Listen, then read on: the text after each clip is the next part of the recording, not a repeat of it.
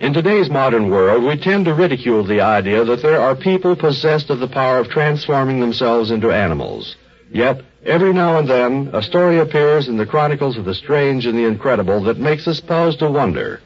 Consider, for example, the case of Carl Janus. When the writer Maurice Russell retired to a lonely cabin in the mountains of northern Georgia, he took with him voluminous notes which were to form the basis of his next novel. But he did not know then that the most intriguing, the most tantalizing story that he would ever write lay not in his carefully kept files, but in the creature who bore the name of Carl Janus. Yes? Come in. Good morning. The sound of that voice, Russell whirled around. My name's Janus.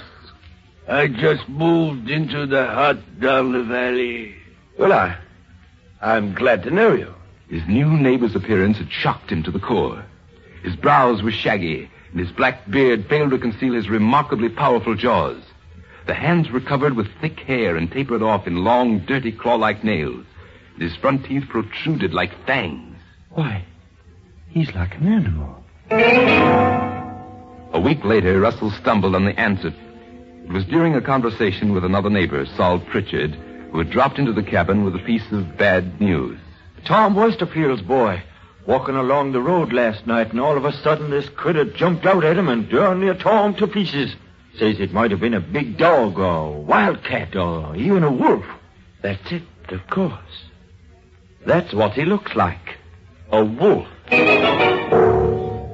In the 2 months that followed, 4 other men were also attacked. And then, on a certain night, when Saul Pritchard was returning from a trip to town, his wagon had just rounded a sharp curve on Little Bald Mountain, and suddenly his horse reared back and whinnied in terror. It's the wolf. As he spoke, the wolf, who had been crouched on a boulder at the side of the road, sprang through the air. Saul Pritchard seized a pitchfork that lay beside him in the wagon. He raised it in front of him to guard himself, and the beast's body, hurtling against the improvised weapon with terrific force, was impaled on the prong. Saul did not wait to see whether it was dead or not. But the following morning, searchers who returned to the scene found only the bloody pitchfork.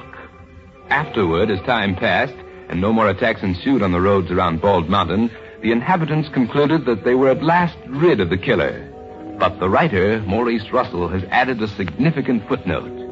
A few nights after Saul Pritchard's encounter with the wolf, Russell and Pritchard visited Carl Janus' hut. No one responded to their knocking. Janus lay motionless on his bed. His shirt front was stained with blood. Russell unbuttoned the shirt and examined the body carefully. That pitchfork you used, Saul, it had 3 prongs? Yep, that's right. Why do you ask? Because there are no holes in Carl Janus' shirt. But there are 3 deep gashes in his chest. Yes, the man, Carl Janus, the man whose appearance in the community had been simultaneous with the appearance of the wolf, had died with marks on him which one might have expected only the wolf to bear. Let those who scoff at the werewolf tradition, let them explain this astonishing story. A story incredible but true.